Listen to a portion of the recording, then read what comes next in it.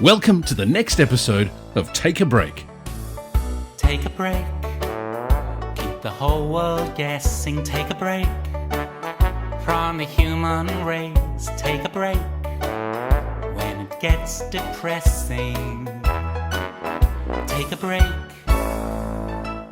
Pat Armistead is a voice for all that is joyful. In this series, she brings a fresh approach to emerging consciousness. Through conversational, social and emotional intelligence, she and her guests explore new models of leadership that embrace humour, empathy and compassion.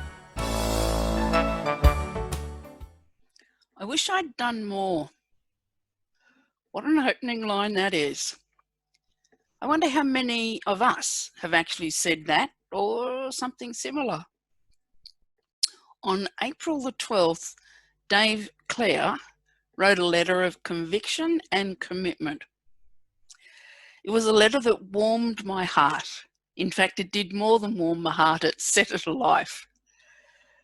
I noticed that it affirmed my own work, and it also brought us together today with a message for all leaders and actually for all of humanity. One of those synchronous moments. He wanted an evolution at work. And actually back in 2004, I declared 2020 was going to be an intimacy revolution. And so here we are.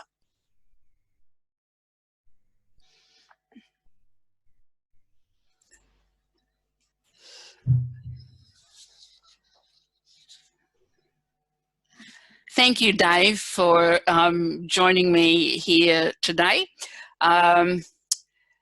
As we've had in our previous conversation, I was really taken with that article that you wrote in LinkedIn and what it embodied and really aligned to it. So I wonder if you would share with the listeners, how did that idea come in, and then how did you give voice and expression to it? Yeah, sure. I'd like to say it was just an epiphany or a magic moment where I went, I think I might write something. But I think I've actually been reflecting on it because I've been asked this question a couple of times now. And it's been a progression of self-reflection that I've been doing. You know, I've always been one to do a lot of self-reflection and be introspective in many ways as I look to evolve myself. But, and maybe it was since my birthday, I don't know, all this stuff happening. But I started writing down some stuff in a notebook I had in journaling, and I put in what now was my first question I wrote down. What now? How can I best be of service to the world now? Because one of the things, and this might be a bit of a long way around to get to a very simple answer, but please, the context is important to understand, is that, I wrote also after what now, what I think matters, what I thought no longer matters. And my personal and professional biases are irrelevant now.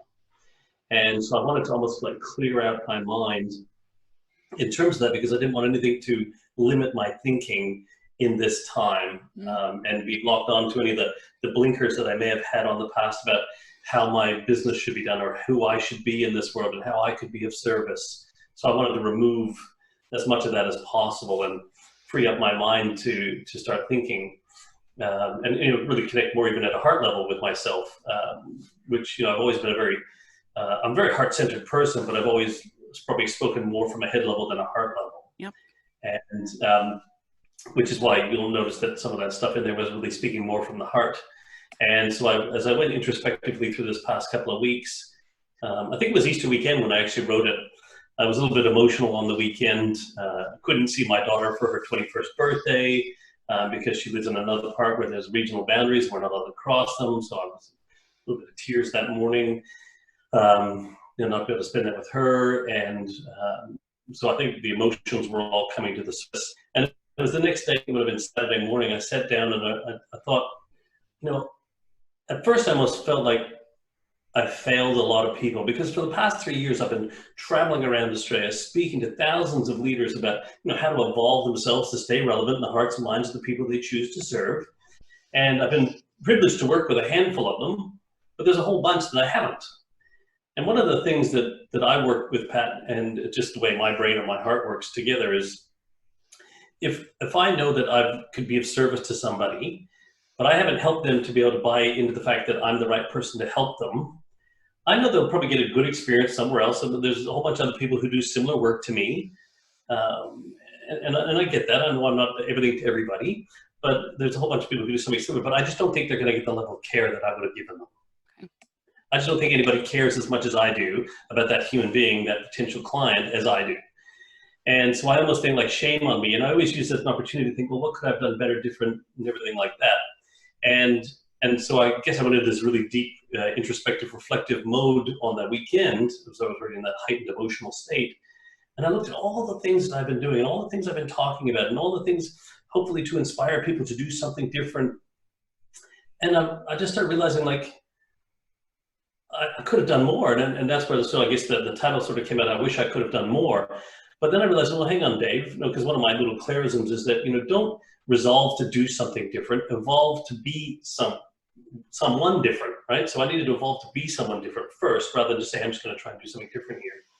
And so I sat down and I said, okay, well, who would I need to be going forward in this world? And I wrote that down in terms of thinking about the leader of, that I want to be in this world, and the way so I could be of service to it. And then I went back to all those situations and I said, well, if I was that person in those situations, what would I have done? How would I have thought? What thinking would have driven what behavior, and how would I have handled those situations if I was that person? Because how I think determines how I act, and therefore that drives the results and helps me to become who I want to become, but you reverse engineer that. So I guess that's what I did. I started to reverse engineer it and go, if I was actually thinking and acting like this as this person that I could become, these are the things I would have done. This is the level of commitment that I would have had. This is the conviction I would have had in that moment. And I can't change that past, and I understand that, but I can certainly learn from it. And so I wanted to really get clear on that this is my commitment going forward, my conviction about and would be a reflection of the person that I'm becoming. Because ultimately in the end, as you would know yourself, it's not really about the goals, achieving the goals, the tangible. It's more the intangible, who you become through the process of setting and achieving goals, which is where that's the real purpose of goals in my mind, in my heart. So I started to write that document out, and I was thinking, this person would have had this level of commitment. They would have been this level of conviction. I want to be very empathetic to understanding that, people, I could never have predicted, and like anybody else, the scale or scope or size of this pandemic, or that would come and disrupt all our lives and our businesses. But I always knew something would come along and disrupt the lives and businesses of my clients, or the people I would choose to serve. I just would never predicted it to be this big or anything like that. So that's kind of really the genesis of it. And I started looking at, okay, well, this is what I've done. And so if I want to evolve to be this, and then here's the things I would resolve to do differently after I've evolved to who I need to become. And then I just wrote those things down. And then I shared it with a friend of mine, just to get his take on it. And I said, look, does this make sense? Because I want to just get some feedback, because I'm always really, not self-critical, but I like to sit there and go, oh, am I really saying what I really want to say here? Because sometimes it's hard to put that part of our brain that doesn't have words to it is where all the emotion lives. So I wanted to, and he sent it back to me and helped me tweak it a little bit. And I said, thanks, I just wanted to get this out of my system and get it there so I could really develop my own evolution plan. And he said, you're going to share this, right? And I'm like, well, I wasn't going to. Yes. And he said, you have to share it. Otherwise, you're not going to be the person you said, you're not being the person you said you wanted to be or would become through this process. So yeah, it was a lot of soul searching, really all the stuff that I talked to my clients about it and challenge them on and work with them through and question and challenge. And I said, I need to be more, because, I think and I put this in the end of most of the posts I do these days is, we need to all be more for each other, not do more for each other. We all need to be more for each other. Yeah. And that was about my commitment to be more and the conviction I have. And then also by putting out there, now I'm held to account to it. Yes. So I'm on the hook now. Yeah. So it was just a deep emotional, really getting my head clear and my heart clear, allowing my heart out. Actually, it was like clear, getting my head out of the way so that my heart could come out and say, hey, here's the person I need to become. Yeah. And it's okay to become that person, and it's okay to be vulnerable, and it's okay to do that. And it's like, there was nothing wrong with who I was. And it's like, imagine I had a jar like this. I was 80% full of that jar.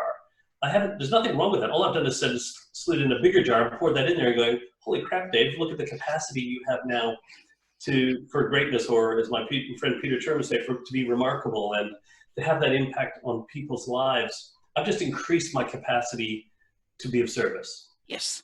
And, you know, I, a thing I'm loving in what you're saying now is your choice of language. You know, to be using so consistently commitment and conviction, and to be able to hold those two words. A lot of people find that quite hard to really, you know, put a stake in the ground around that. And then your choice of the word Genesis. You know, I'm really aware of our need in and of this moment to be generational beyond where we thought we could be. So, you know, moving beyond those parameters that were there yesterday, and which you've done, you know. And then the Brene Brown talks about, you know, vulnerability. So, and here you are, you've made that declaration. So, you know, you're being a stand, and you're going to be heard. Yeah, absolutely. And you know what? And I know, and I can tell, like, I'm, and this is not a big major issue, but I have was born with a heart condition, and the last probably week, my ticker has been going a little bit crazy and a little bit out of rhythm and cadence. So it feels the exposure that it has right now, because I can feel it in my body right now that it's, you know, I've exposed my heart, and, you know, vulnerability, to me, I love words.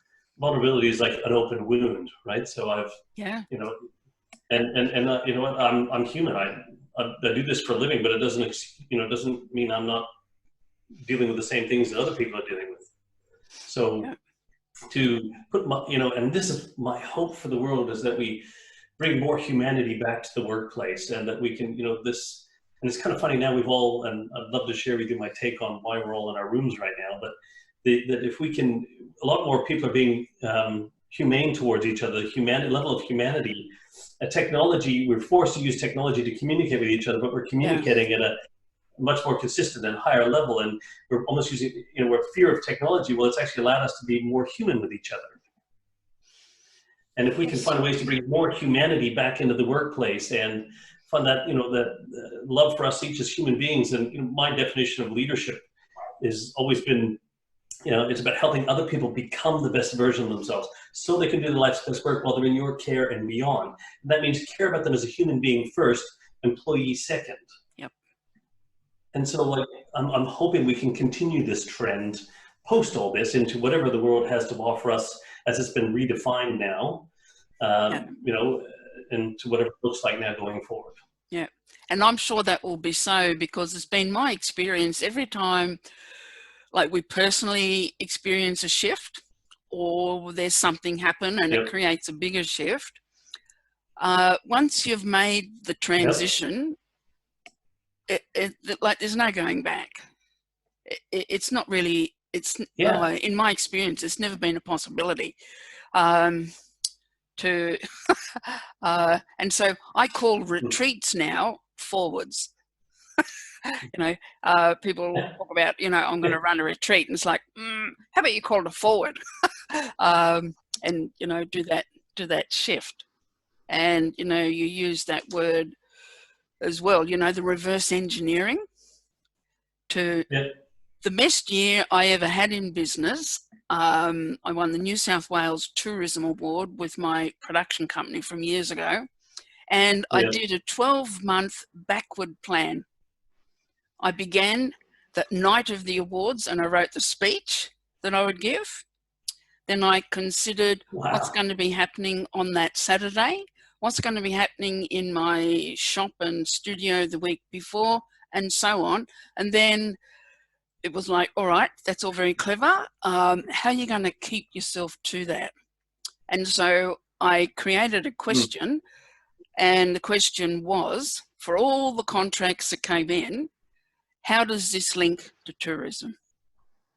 And I got to give that speech. So, you know, the whole thing of being intentional, and I don't think, like, that was quite some years back, I don't think we have to work so hard now. We've come to another level, and it's not so hard to be in intent. No, you know what? And to me, that's one of the most exciting things going forward is that we could be living in a world of greater intent now, or more exposure to clear intent of what, you know, what matters most. Yeah. It's fascinating that you talk about the, you know, the forward thing. Back in 2005, a lot of businesses were doing, you know, the strategic retreats. Yeah. Right. So as you know, and so what I wanted to do is I didn't understand the concept of running away, like retreat, and so I created the culture and strategy advance. So and it's still one of my core processes I use today to help people really get that culture and strategy alignment is we take the team away for a culture and strategy advance. Yeah. How are we going to advance our business? We're not going to go retreat. Yeah. You know, and I get it's kind of a play on words, but to me, it would be always, I wanted them to be forward thinking and future thinking. And yeah, so I was chuckling to myself when we were sharing that, thinking, huh, that's so cool. Yeah. And look, a lot of my learning through NLP has shown me the like retreat is actually it doesn't sit high, it sits behind you, but it sits low. Whereas forward is in front and it actually sits higher. And so it's doing, and I don't know the full process, but it's doing something to your mind and your thinking about, it's like a seesaw. And where's the elevation? Well, the elevation's out here, you know, in this higher place. Yep. So good. But this is why I talk about evolution rather than change. Yep. Because if I turned to you and said, Pat, you need to change, what connotations or what comes up in your mind when you think someone tells you that you need to change, or this business needs to change, or we need to implement change management? What thoughts go through somebody's mind when they're told that? Well, probably a bit of not good enough, you know, it's not right. Yeah. You know, either what I was doing wasn't right, or I was wrong, or it's not working, or it's whatever.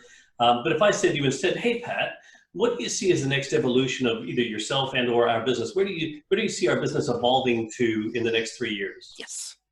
Where does your mind go then? Yeah. Forward thinking, future thinking. Well, we could do this, or I've had this really great idea, and then all of a sudden we're not going in, like we're not going, oh no, protectionism. Yep. We're going forward. And change even has a negative connotation to it, and evolution is the natural state of human beings. We're continually evolving, and I think evolution should be the natural state of business. Yep. And even as even as you describe that, you know, your whole energy, your whole countenance lifted. Yeah. So it's rising. Absolutely.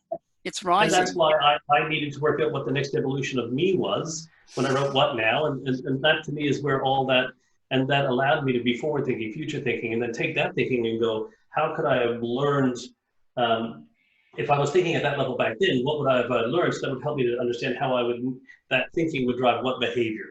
Yeah. And it would drive this level of commitment, this level of conviction, this level of promise to the world, to the leaders that I choose to serve. Yeah. And and once again, that's how, you know, I come up with that piece that I wrote, which was really, to me, it's kind of almost like my instruction book now for moving forward. Yes, yes. Have you got that in front of you?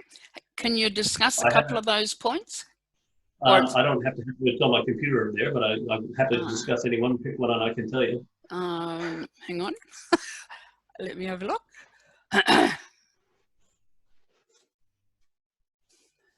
You never have to remember the truth, Pat. Yes, exactly.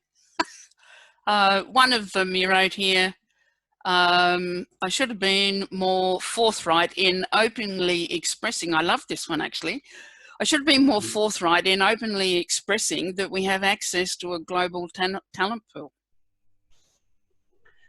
Expand on that one. Yeah, I've always, I'm a firm believer that, you know, as a leader, once again, leadership is all about having everyone become the best version of themselves. So as a leader, we need to become the best ourselves, right? So that we can be the best for our team. Then we need to help our team become the best that they can be, because our clients deserve our best. Okay, because I really firmly believe that if you're not finding a way to provide the best to your clients, I mean, that's ultimately, we're here to passionately solve a problem for the people we choose to serve. And for me, like I wasn't strong enough in terms of, helping people open their minds up to understand that if you want to find the best doesn't have to be geographically located where you are. The best person to serve your client or to do that part of your role could be somewhere else in another part of the world. Yeah. Now, guess what? Everyone knows that they can access, because it's now acceptable to have people working remotely like this. And it was something that I always knew was an amazing opportunity for organizations to find the best, because that's what I was thinking. I'm looking for the best people to build my organization with, because my clients deserve our best. My team would deserve me at my best. My clients deserve my team at their best. And I just wasn't forthright enough in that sense to help people to see this bigger picture and to open their minds up that there's a global talent pool and there's some amazing people in other parts of the world that could be of service to your clients. Yeah. And also, you could have a 24-hour service for your clients, because as a Canadian, I could have people in Canada, there's 12 hours time difference. They could be working on stuff for my clients while I'm sleeping, and then I wake up in the morning and everything's ready to go. Yep. Yeah. And I read into that. I didn't make that message clear enough. Sorry, say that again. I just don't think I made that message clear enough, or help people buy into that enough. Yeah. Yeah. I don't know if it was your intention, but I read into that statement too, an inference that, it was not all just about you, that you had this, this global circle of influence, and so the resource is not just you, it's this amazing, circle, and freeing that up, because in the past we've been many have been quite possessive around, or delivering into a client space and yes, holding that just for themselves. But there's an incredible gift for everyone in that more open and free sharing. Yes. And thank you for bringing that up, because that is something very critical for me in terms of how I strongly feel about business. And part of the things I've been working on over the past years is that I'm a firm believer that you should do what you do best and outsource the rest. Yep. I used to do a whole bunch of bits and pieces and stuff like that. I now focus on purely what I know that I do best, my organization will do best, and I do outsource the rest. I don't seek to do the sales training. I don't seek to do all the other business type coaching stuff. I bring in other people like that to do that. And I have no fear of losing my clients, because my clients deserve the best. And if they know that they're receiving the best, whether that's from me or through me or with me or in a collective, that's what's important. Because one of the other things that's really powerful to me is this concept of collaboration, Pat. And I'd love to get your take on this. How is collaboration different in your mind from working together or teamwork? What separates collaboration from just working together? Yeah, or is it just a fancy new word for working together? No, I kind of see it much more different. For me, there's a lot more intimacy in collaboration, because you can work together and you've got that set of tasks and I've got this set of tasks and this is the end goal, and we're working together on this project, but we're essentially doing our own thing, working side by side. I think to collaborate is to really bring the best of each other to the table, and then you're in it's a very, very united path forward. And co-creation is another word that's fairly new, and I love that too. Yeah. And so to me, the differentiating factor is that in true collaboration, logos and egos are off the table. Nobody cares who gets the credit. It's all for the greater good. Yes. So I have been collaborating with other people over the past few years for myself, but I haven't really, once again, that whole forthright, I haven't been strong enough in sharing the message or helping people to buy into and understand the power of collaboration as its purity of a concept, which is not worrying about this. That's why I say, focus on what you do best, outsource the rest. Your clients deserve our best people, our best thing. Mm-hmm. And it may not be what you do best. You might be really good at it, but if there's someone else who's better at it, find a way to build an ecosystem with them and collaborate with them to provide that for your clients. Yes. And that's where I've always come from a heart for my clients, is I just care about their success. Whether I get credit for it or not is irrelevant. What I care about is them getting the results that they're looking for. And if that means I have to bring somebody in who could do something that I probably can do, but they do it way better than I do, well, then that's who I should be bringing in. Yes. And that ecosystem has grown exponentially. And Yeah. I think in the last 20 years, there's been so many shifts and changes in thinking that I've seen. In that 20-year period, there's probably been 3 or 4 evolutionary little leaps, and bring us through to now. So, and some of that's been exploratory, because we don't quite know where this phenomena that's happening at the moment is going to go. Yeah. So we've got to be flexible, like we've not been flexible before. We've got to, agile is a term used a lot. Yeah.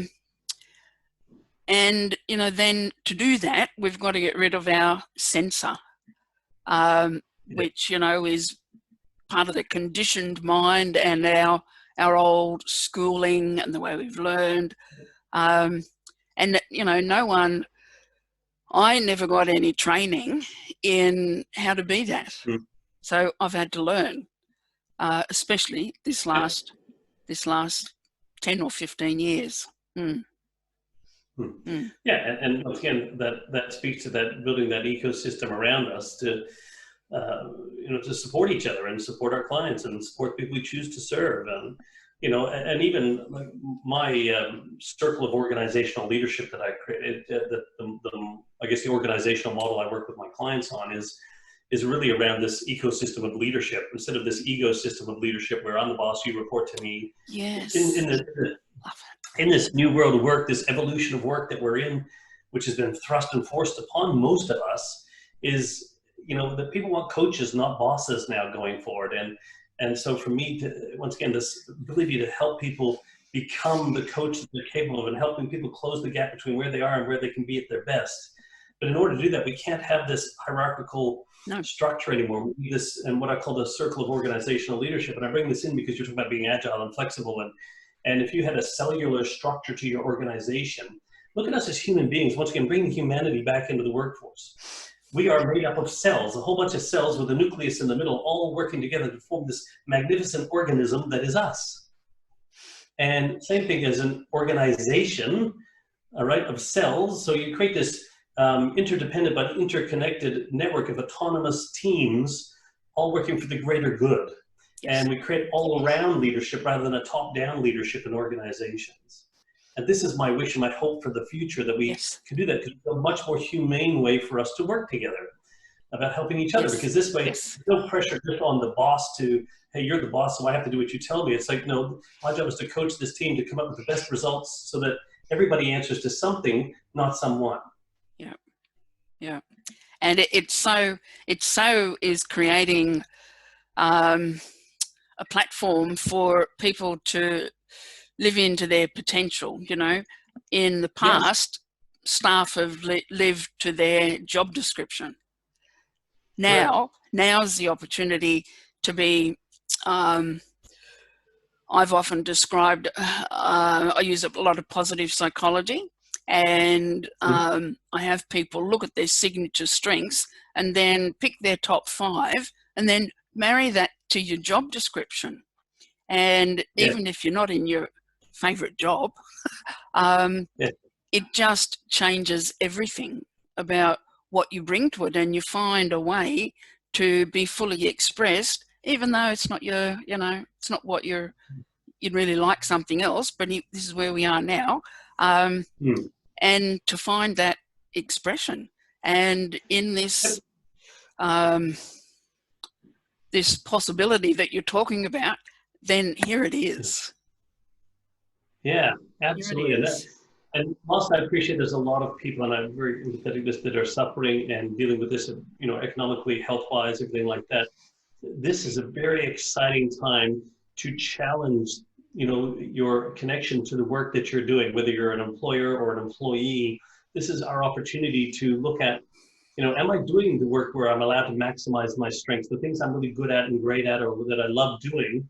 Is there, am I in the role where it's allowing me to do that? Is there ways I can bring that into this role going forward? Because everyone has an opportunity almost to themselves. Please take responsibility to redefine your own role right now, redefine your own work.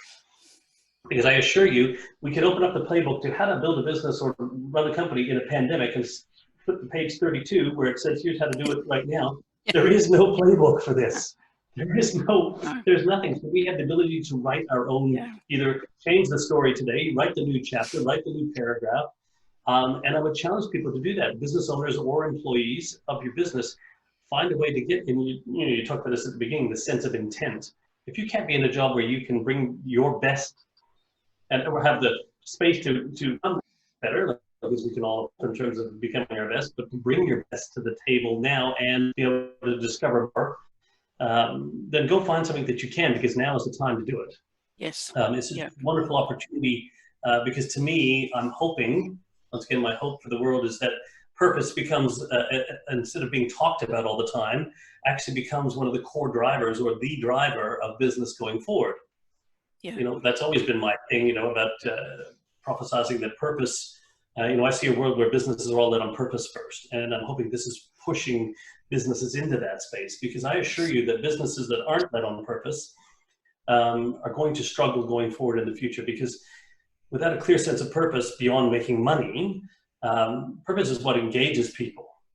Now, Pat, in life, and let's go into human beings again, when do people get engaged?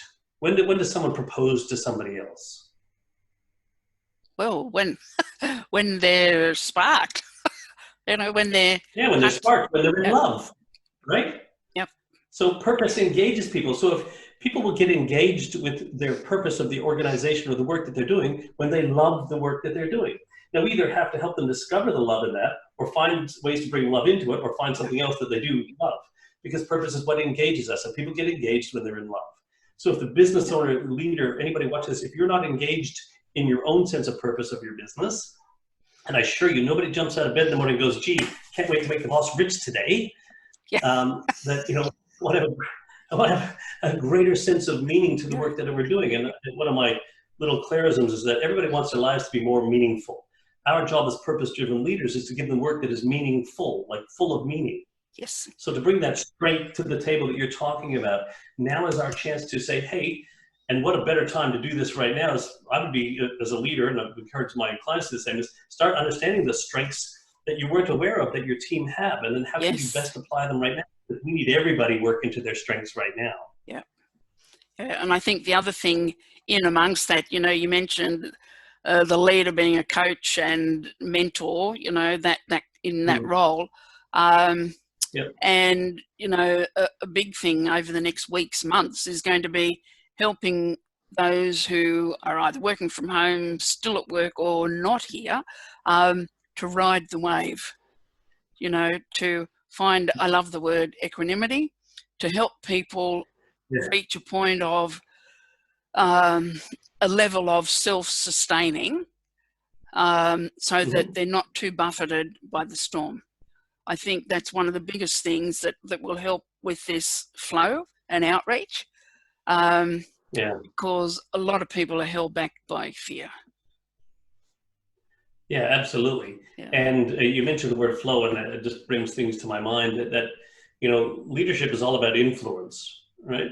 And if you look at the word influence, influence means in, which is into, and fluence is Latin derivative of fluid or flow. So our job as leadership is to help people get into flow. Yes. And that's what a coach does. It gets you to work at your peak state. So this is why when I talk about leadership, it's all about, becoming the coach facilitator of your team, helping your team to get into flow. Because when we're in flow state, we're at our best. Yes. And when we're in fear mode, we're contracting, we're going within, and it's okay. It's only natural as human beings. I went into fear mode very quickly and stuff like that, and contracted a little bit. But I've been through not to the scale, of course, but certainly been through some economic hardships before. So I was able to quickly go, okay, what's the process, Dave? How do I get through this? And I was able to move through that. It's only human nature, but it's how long you stay in fear is the challenge. Yep. And with our job as leaders is to not say, oh, get out of this fear mode and slap people around about it. It's like, help them to get back into flow state as soon as possible. And everyone has a timeline in how they handle and process stuff. So we need to be mindful of that. Yeah. And be very compassionate to help each other through that. But staying in fear state is not acceptable. Yes, yes. I was just talking earlier today to a doctor who's also a musician. It's his music that is the prelude to the show, Take a Break, that little song. And, All right. I was asking about, when he wrote it and what he remembered of it, and he really could recall nothing. He said because he's just in flow, and the idea comes and it just comes straight through and onto the page, and there's not a process. So it's helping people. Not everyone works that way, not everyone is musical, but it's the same principle to, there's a key strength that the person's really open to, and in it flows. And you've got, it's effortless once you get there. So helping people to achieve and that's when we're doing our best work. Yes. Yeah. Yes. Right. And that's why which is why a boss doesn't help you get into flow state. A coach helps you get into a peak performance state, into flow, when you're at your best, all these things where time just flies by and you're doing your greatest work and you don't even realize it. It's almost like this, like I don't even remember.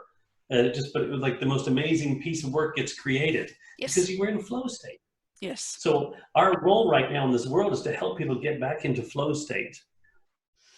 Yes. And I guess if you look back to that document that started this whole letter I wrote to myself about wishing I could have done more, it was about getting myself back into flow state. I needed to be, what's the next best version of myself beyond where I've been? And there was nothing wrong with who I was or where I was, but I needed to ask myself to be more. Yeah. And it just demonstrates that there's levels of flow. There are obstacles sometimes, and the water goes around the obstacles, even like it's in a stream.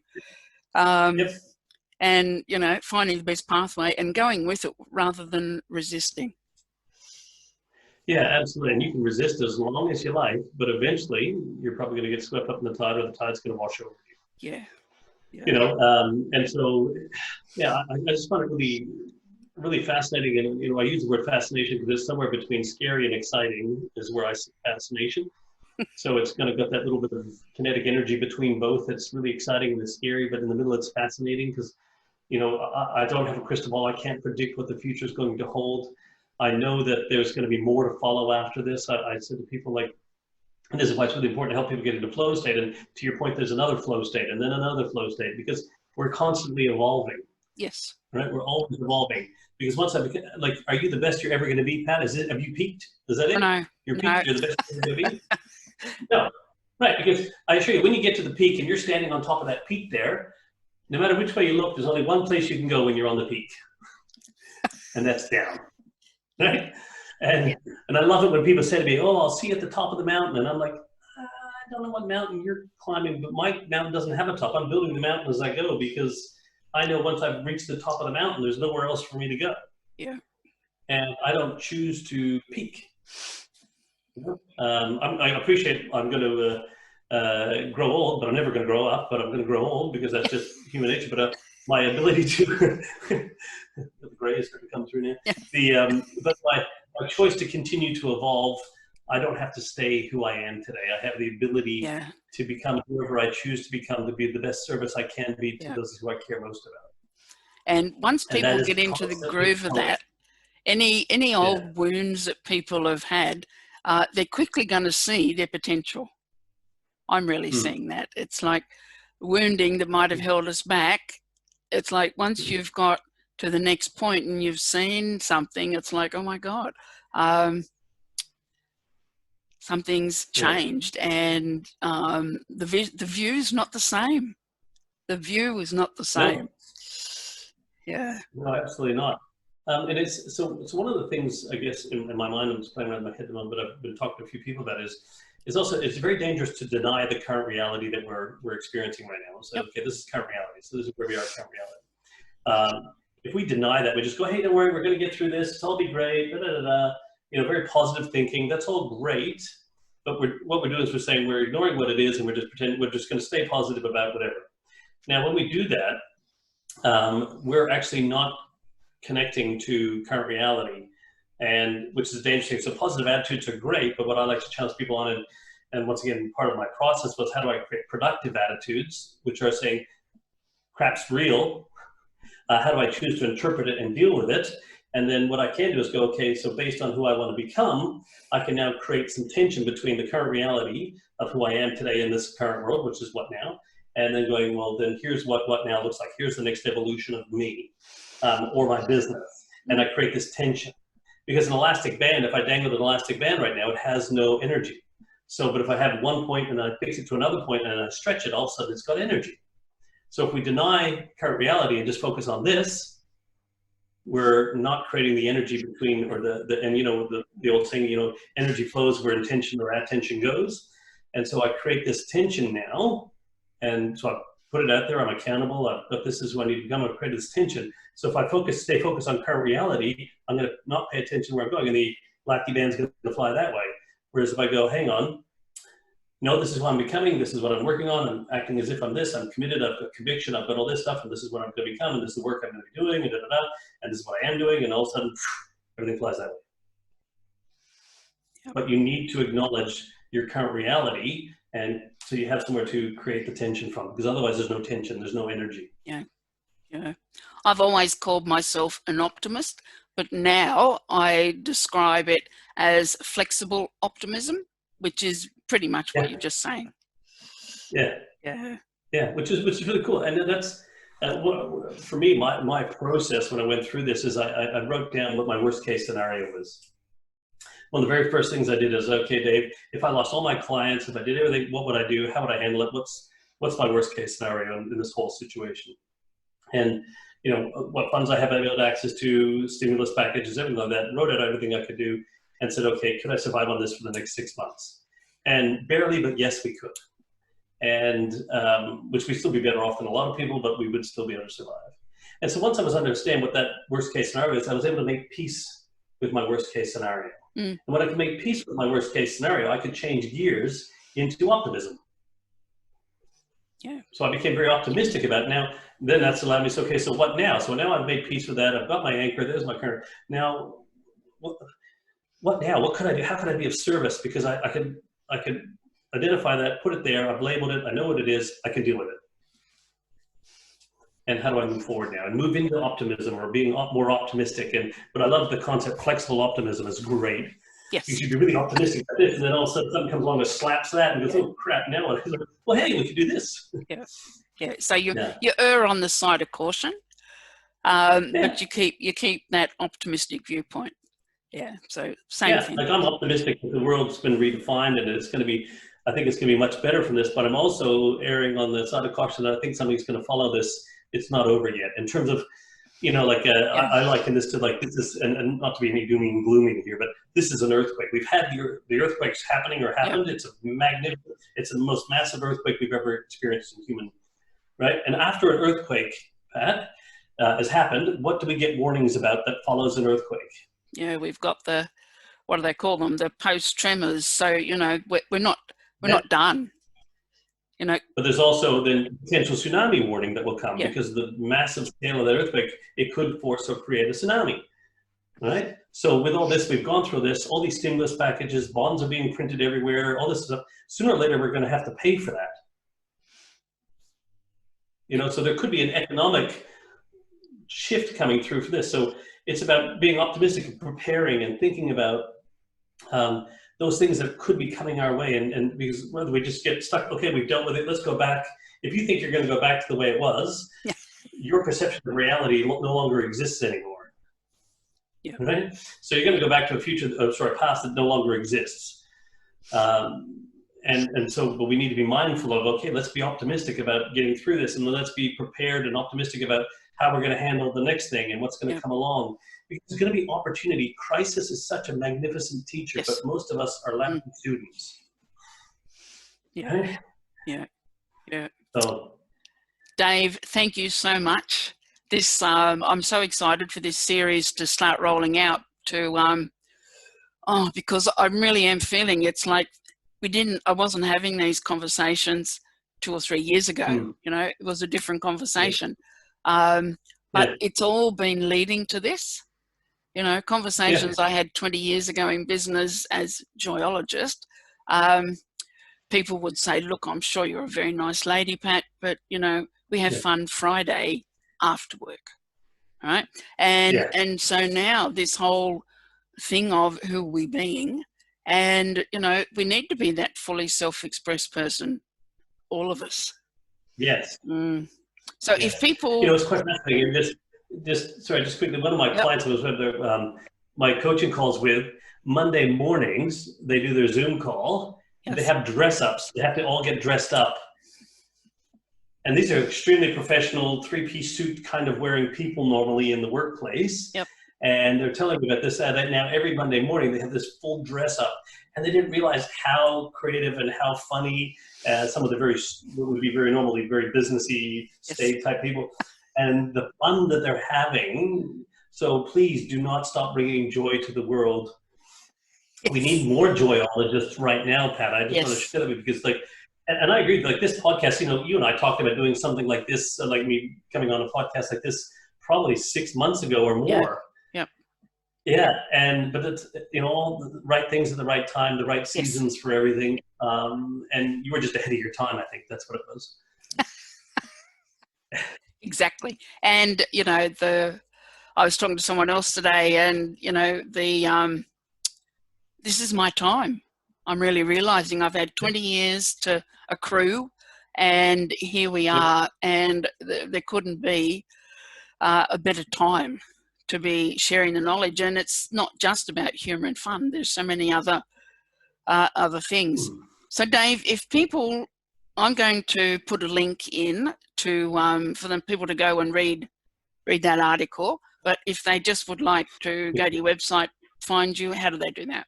Or what's the best way to find you? Yeah, the simplest way to find me is just go to my website, which is www.daveclare.com, DAVECLARE.com, and then all my social contacts, so you can contact me there. But can I make an offer to people? Yes.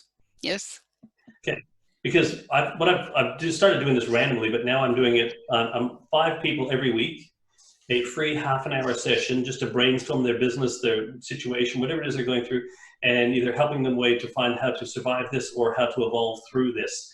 No obligations, no sales pitch, no expectations, nothing. Once again, it's part of that whole thing of myself and how I can be of service to this world.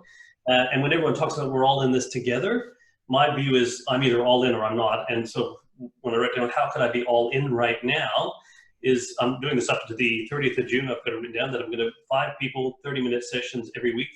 I've freed up 8 to 10 hours of commuting time every week in my business now, which is great, traveling around locally. So how could I reinvest some of that? And I want to make that offer to anybody. Please understand there's only 5 half-hour sessions every week and no obligations. Just go onto my website, contact page, say, hey, I saw this on Pat's webinar. I'd love to take advantage of one of those 30-minute sessions, and then I'll set up a mutually agreeable time. Wonderful. Thank you. Yeah. To be continued. Somebody did it for me, somebody did it for me, and I want to be able to do it for others, so it's great. Yes. Yeah. And thank you so much, Pat. It's been a blessing, and thank you for the feedback on my post. When you put your heart out there, to know that people are picking it up and feeling it and not crushing your heart, because sometimes human nature is to find someone's heart and crush it. And you've just picked it up gently and said, hey, I'd love to talk to you more, so thank you. Yeah, awesome. Thank you. All the best, and talk soon.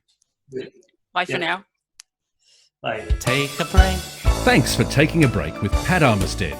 Take a break. Join us next time for more. Take a break. And be sure to like, share, and subscribe for updates. And don't forget to click the bell for notifications. Bye for now.